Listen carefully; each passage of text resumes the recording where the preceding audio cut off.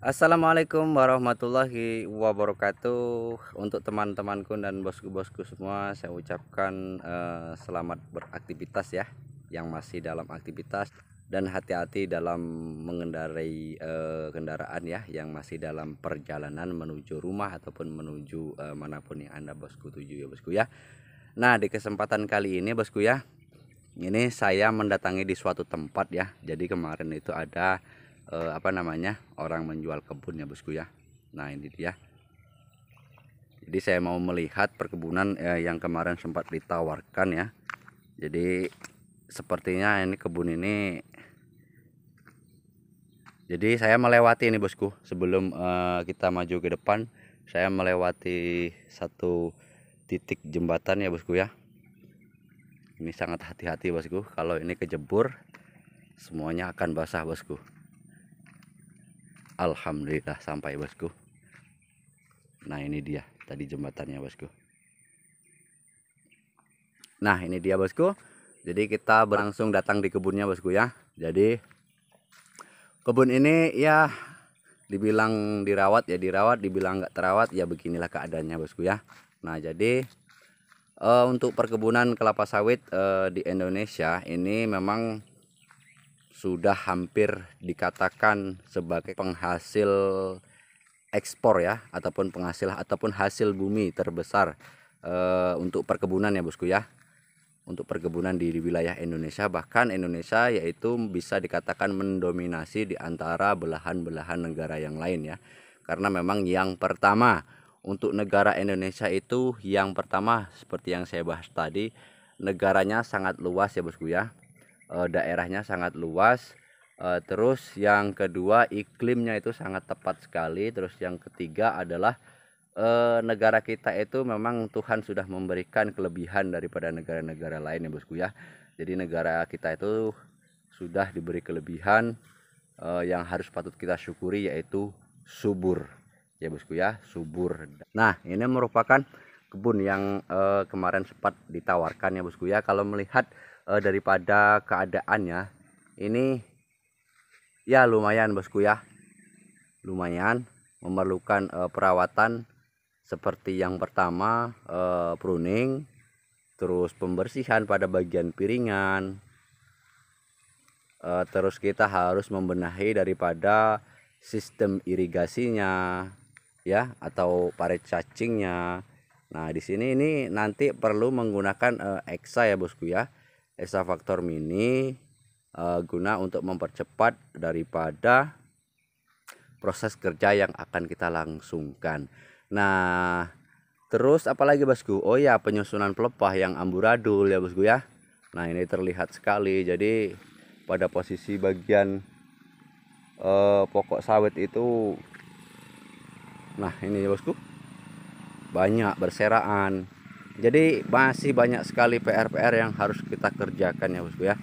Nah untuk harga yang kemarin sempat ditawarkan untuk di daerah saya ini bosku ya, per hektarnya mencapai 130 sampai 140, bahkan ada yang mencapai 150 juta per hektar ya bosku ya. Kalau melihat tanah yang ada pada daerah saya, yaitu di sini boleh dikatakan atau memang disebut di sini tanah mineral ya bosku ya. Nah seperti ini keadaannya. Jadi airnya di sini hitam ya bosku ya. Terus tingkat keasaman di sini itu tinggi ya. Jadi di sini memerlukan perawatan ekstra ya bosku ya. Nah ini sebenarnya harus dilakukan pemupukan ya bos ya, karena banyak pelepah-pelepah yang kuning. Nah mungkin boleh sedikit saya bahas ya bosku ya,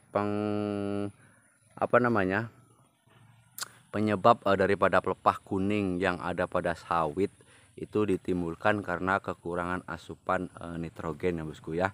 Nah asupan nitrogen itu yang dihasilkan dari pupuk jenis urea seperti ya bosku ya.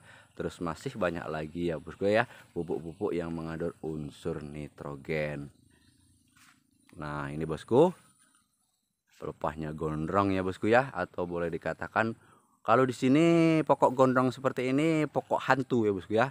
Iya, pokok hantu. Nah, ini penyusunan pelepah yang amburadul. Jadi kalau penyusunan pelepah yang seperti ini, nah ini bahaya bosku ya bagi pemanen yang sedang melakukan aktivitas. Di waktu pemanen menurunkan buah, di sana menggunakan alat terus jatuh ke bawah, itu bisa terjadi buah itu akan mengenai pelepah. Nah, pelepah itu nanti akan memantulkan buah yang jatuh dari atas. Terus jatuhnya atau arahnya dia tidak akan bisa ditebak oleh si pemanen. Bisa jadi dia mengarah atau menjauh daripada badan kita, dan lebih yang sering terjadi yaitu dia akan memantul dan mengarah ke kita. Nah, terus yang kedua, di waktu pemanen melakukan praktek kerja, dia tidak tahu posisi di mana di belakang dia ada pelepah yang mengganggu kerjanya. Nah, itu bisa membahayakan ke pekerja yang bisa menimbulkan kecelakaan ya bosku ya, terjatuh akibat kesandung ataupun terjerat ya bosku ya oleh ke kayu ataupun rumput-rumput. Nah, itu dia bosku, seperti yang di sana itu adalah kayu gulma yang merambat ya bosku ya. Nah, itu sangat tidak bagus sekali untuk pertumbuhan, karena dia nanti akan menimbulkan pelepah-pelepah yang akan tidak beraturan bosku ya, karena tertarik ataupun pelepah pada kelapa sawit itu tidak tumbuh dengan sewajarnya bosku ya, karena ada beban pada gulma yang sifatnya dia merambat. Nah, di sini bosku, ini boleh dikatakan parit cacing, namun di sini agak atau lumayan besar ya bosku ya. Ini ukuran diameter antara 2 meter ya bosku ya kelebarannya bosku. Nah, di situ ada parit cacing yang lebih kecil. Ini sebenarnya bagus ya bosku ya untuk apa namanya? Untuk irigasinya bosku ya, untuk mengalirkan air ini sudah bagus. Namun di sini sistem perawatan kerjanya yang masih kurang bagus ya bosku ya, sistem kerja para karyawannya. Nah, di sini berarti kendalanya yaitu ada yang perlu kita benahi adalah sumber SDM-nya ya bosku ya. Jadi perlu pengarahan untuk pemanennya, untuk pegawainya, agar kiranya memperhatikan kebersihan daripada kebun dan memperhatikan keselamatan pada lingkungan dan pada pekerja tersebut ya bosku ya. Karena keselamatan dalam pekerja itu sangat penting. Bahkan sebuah perusahaan pun itu mengatasnamakan keselamatan dalam pekerja itu sangat penting sekali, karena di waktu kita bekerja bosku itu ada keluarga di rumah yang menunggu kedatangan pulang kita setelah kita bekerja ya bosku ya. Jangan sampai di waktu kita bekerja jadi ada suara ataupun ada telepon ataupun ada kabar bahwa si A telah terjadi kecelakaan di sebuah perkebunan dikarenakan bla bla bla bla bla. Nah, itu sangat tidak diinginkan oleh kita semua ya bosku ya. Nah, untuk harga yang saya dasarkan tadi ya bosku ya, di kisaran antara 130, 140 bahkan 150 juta. Itu bosku boleh komen di daerah masing-masing itu berkisaran antara harga berapa ya bosku ya. Karena memang di sini pasarannya segitu bosku. Namun ini belum ada penawaran, karena di sini dilihat untuk apa namanya, kebun kita yang mau dijual ini memang masih banyak perawatan, terkecuali kalau memang sifatnya dia tuh bersih, terus penyusunan pelepahnya, intinya pada perawatannya itu bagus, itu banyak yang tidak menawar ya bosku ya.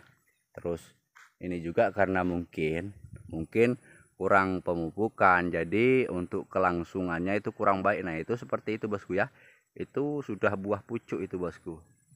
Nah, jadi ini perlu beberapa bulan ke depan, bahkan 6 bulan ke depan ini kalau kita lakukan pemupukan itu baru bereaksi saja bosku ya, baru dia menimbulkan apa namanya, bunga-bunga ya bosku ya. Nah, proses pengeluaran bunga ya, sampai pecah menimbulkan menunjukkan bahwa bunga itu akan jadi bunga betina, itu masih membutuhkan proses 6 bulan lagi sampai dilakukan waktu pemetikan yang sempurna ya bosku ya.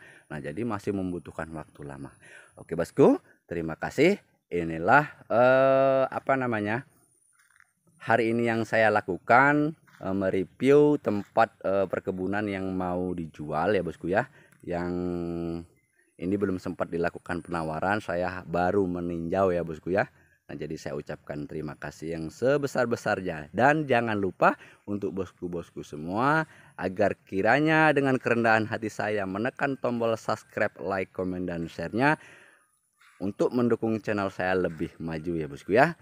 Terima kasih, saya ucapkan assalamualaikum warahmatullahi wabarakatuh.